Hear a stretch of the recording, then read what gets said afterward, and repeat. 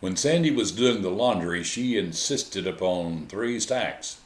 You would have one pile of laundry that was white, one that was dark, and then one that was colored. And she was meticulous about that. I thought she was wasting time and putting in extra steps that were unnecessary. And so when I had to start doing my own laundry, I would just bundle everything up into a pile, throw it in the machine, put in some detergent, turn it on, and away we would go.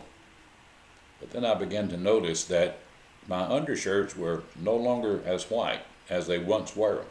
They looked somewhat dull and dingy, and so were my handkerchiefs and other light-colored items. They just weren't the same. And then I realized what I was doing. I was mixing light and darkness.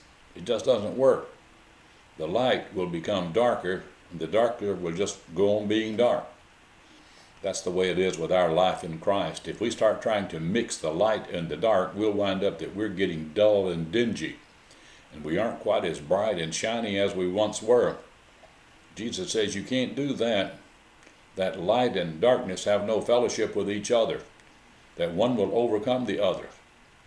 Let's be sure that we separate our lives into distinct piles, that we have the things that are right and the things that are bright and light, and then we know the things that are dull and dark and the things that distract. Stay away from those things.